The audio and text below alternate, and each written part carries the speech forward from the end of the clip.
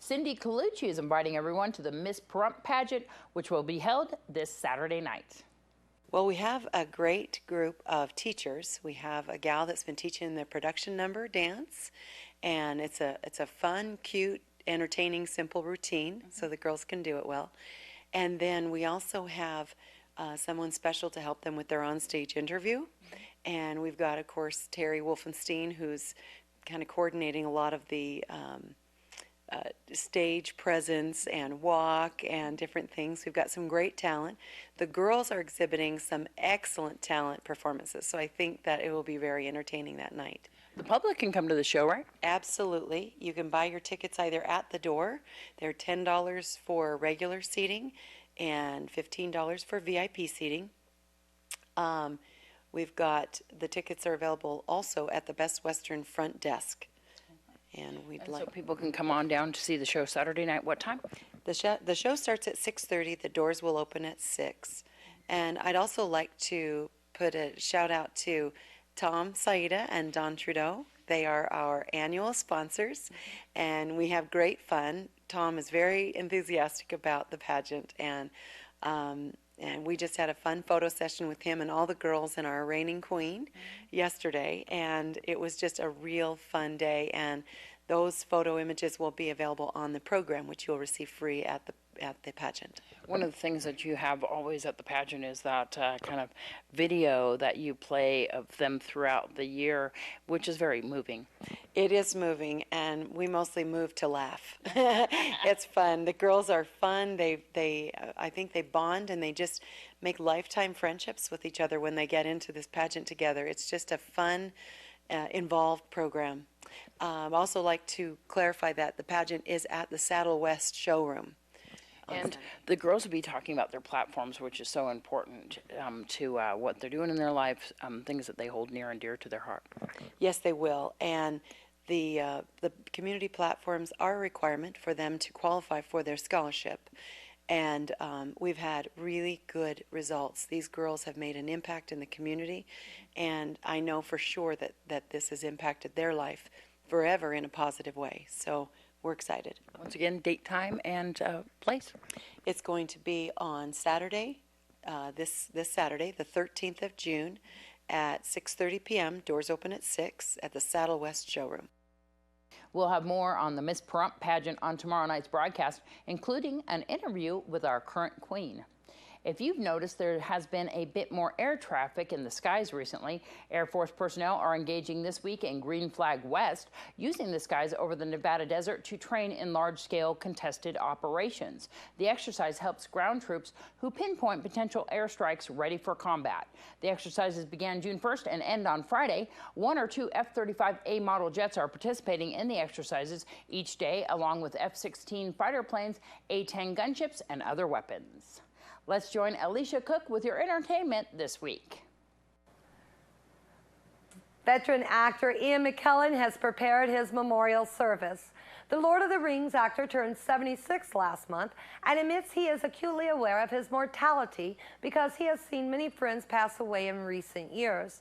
He has decided to put preparations in place for his death by drawing up a running order for his memorial service, which he hopes will take place in a large theater.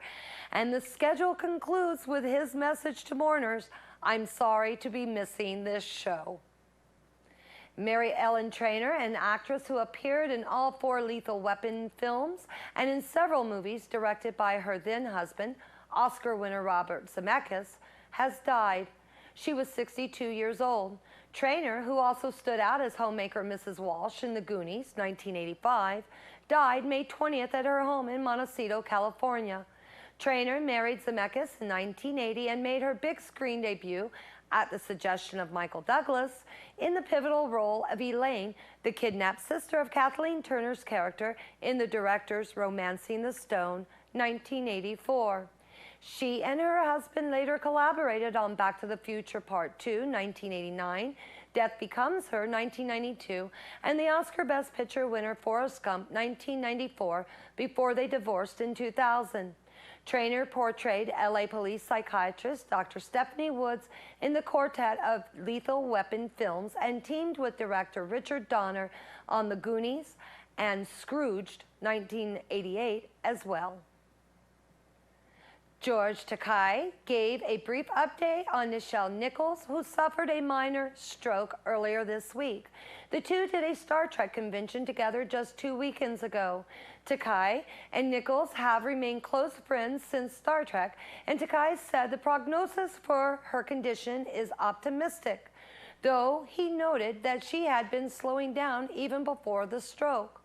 We've sadly had a lot of losses, Takei said of the Star Trek community, referencing Leonard Nimoy, who died in February, and show producer Maurice Hurley, who died just a few days before Leonard Nimoy.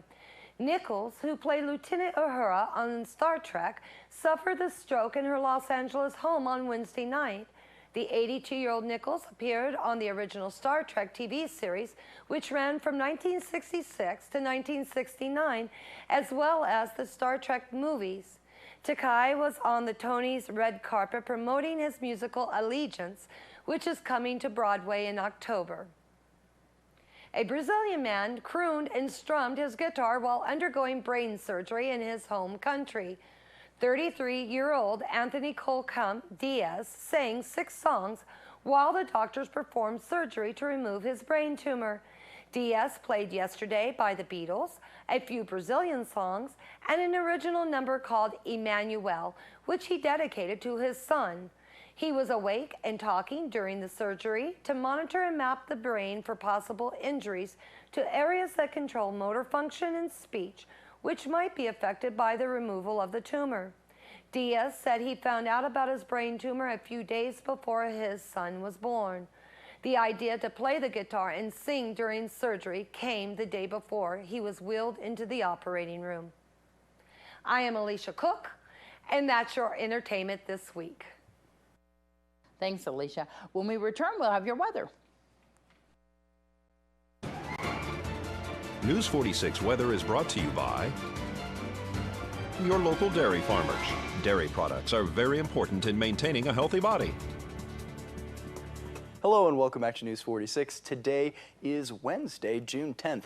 Today we had partly cloudy skies with a high of 91 degrees. Your average temperature this time of year is 97 degrees. Winds were coming from the south-southwest today at 10 miles per hour with gusts up to 17 miles per hour.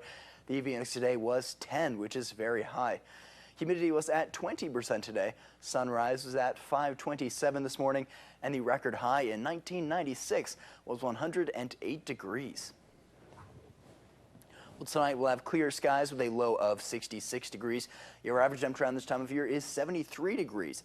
Winds will be coming from the south-southeast this evening at 7 miles per hour with gusts up to 16 miles per hour. Humidity will be at 35%. Sunset will be at 8:01 this evening, and the record low in 1954 was 51 degrees. Well, tomorrow we'll have sunny skies with a high of 95 degrees and a low of 71 degrees. Winds will be coming from the west-southwest at 6 miles per hour with gusts up to 10 miles per hour. Humidity will be at 27%. Sunrise will be at 5:27 tomorrow morning, and the UV index will be 10, which is very high. For our 7-day forecast, we'll have a mostly sunny week with a few clouds showing up this Friday.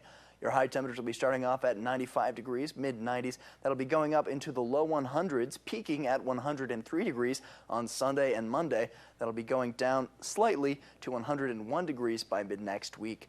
Your low temperatures will be looking at a similar pattern. It'll be starting off in the low 70s. That'll be peaking at 73 degrees this Saturday, and that'll be going down into the high 60s, hitting 69 degrees on Monday and remaining in those high 60s through about mid-next week. Nevada residents and visitors are invited to discover Nevada state parks this Saturday, June 13th.